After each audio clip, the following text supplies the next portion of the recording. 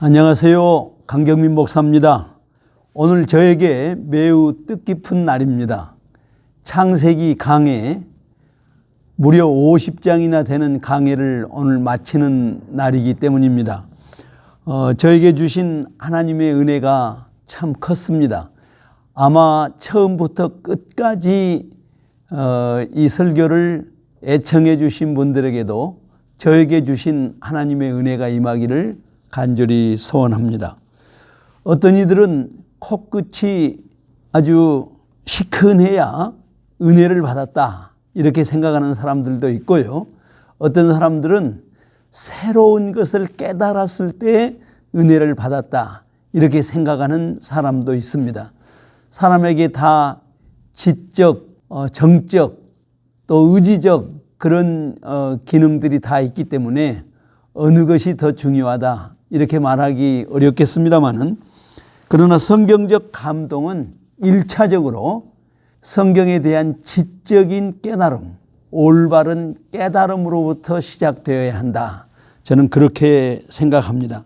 그런 의미에서 40년 동안이나 설교를 했던 저에게도 이번 창세기 강해는 저에게 큰 유익을 주었습니다. 뿐만 아니라 첫 계획보다는 진도가 좀 늦었습니다만은 오늘 이렇게 창세기 50장을 다 강해하게 되어서 얼마나 감사한지 모르겠습니다. 사실은 시청하신 분들이 너무 적어서 참 마음에 낙심도 됐습니다만은, 그러나 하나님의 말씀을 통해서 단 한 사람이 또 새로운 은혜를 깨닫게 되면 그보다 더한 또 감동이 어디에 있겠습니까? 그저 앞으로도 하나님 나라 관점에서 본 그 성경 강해를 일주일에 한 번은 꼭 내보내야겠다 이렇게 생각하고 있습니다. 계속해서 애청해 주시고 또 여러 사람들에게도 알려주시면 감사하겠습니다. 이 창세기 50장은 야곱과 요셉의 죽음을 알리면서 끝이 납니다. 요셉은 아버지 야곱의 죽음을 심히 슬퍼했지요. 애굽의 관습대로 그 시신을 40일 동안 향처리를 했고 무려 70일 동안 애굽 사람들이 애곡했다 이렇게 나옵니다. 참으로 놀라운 일이죠. 요셉과 야곱의 그 아들들과 온 가족 그리고 바로 궁의 문무백관들이 심히 큰 때를 이루어 애굽에서 가나안까지 야곱이 요셉과 그 아들들에게 유언한 대로 야곱은 그의 조부 아브라함, 그의 아비 이삭이 묻힌 막벨라 굴의 장사가 되었습니다. 그들은 아직 가나안 땅을 기업으로 받지 못했지만은 하나님 아버지의 언약을 믿고 그 땅에 장사 지낸 것입니다. 우리가 말하는 것처럼 무슨 명당을 찾아서 명당에 묻힌 게 아닙니다. 약속의 땅, 언약의 땅에 장사되므로 하나님의 언약을 굳게 믿은 그 믿음의 징표를 후손들에게 남겼던 것이죠. 죽으면서도 그들은 믿음을 지켰습니다. 히브리서 기자는 히브리서 11장 13절 14절에서 이들의 믿음을 이렇게 증언했죠. 이 사람들은 다 믿음을 따라 죽었으며 약속을 받지 못하였으되 그것들을 멀리서 보고 환영하며 또 땅에서는 외국인과 나그네임을 증언하였으니 그들이 이같이 말하는 것은 자기들이 본향 찾는 자임을 나타냄이라. 할렐루야. 야곱의 장례를 마치고 아들들은 새로운 고민에 빠졌습니다. 아버지 야곱이 살아계실 때는 총리 대신 요셉이 자신들의 그 못된 행위를 보복하지 않았습니다. 아니, 보복하지 못했다고 생각할 수도 있었겠지요.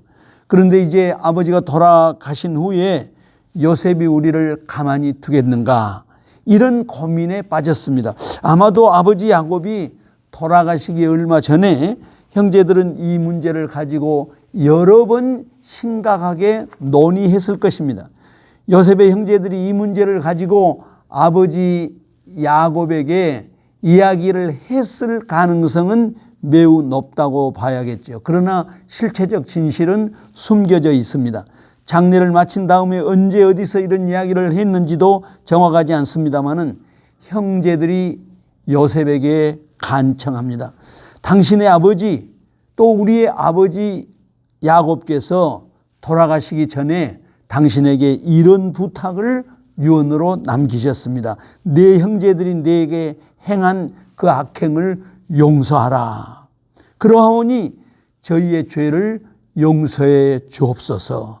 그 태도, 그 분위기가 얼마나 처절하고 처참했겠습니까?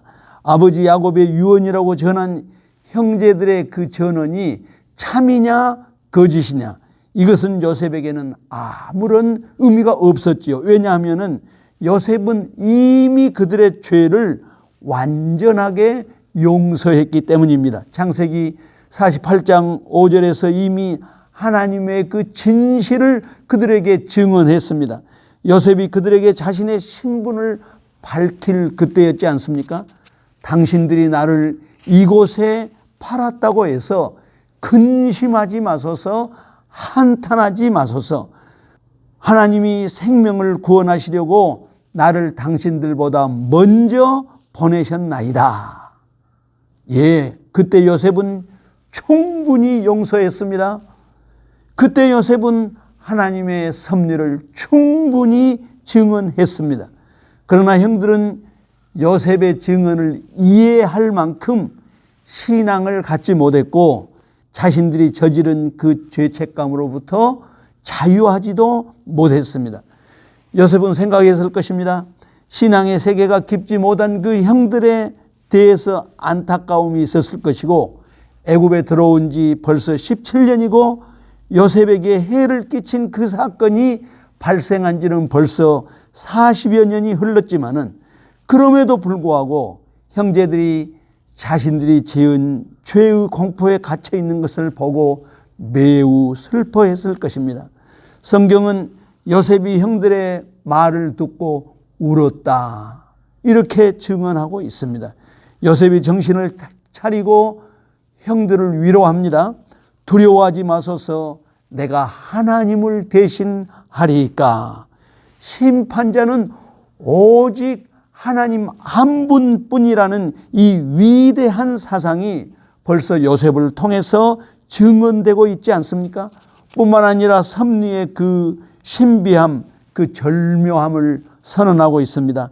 당신들은 나를 해하려 하였으나 하나님은 그것을 선으로 바꾸사 오늘과 같이 많은 백성의 생명을 구원하게 하셨다, 이렇게 고백하지요.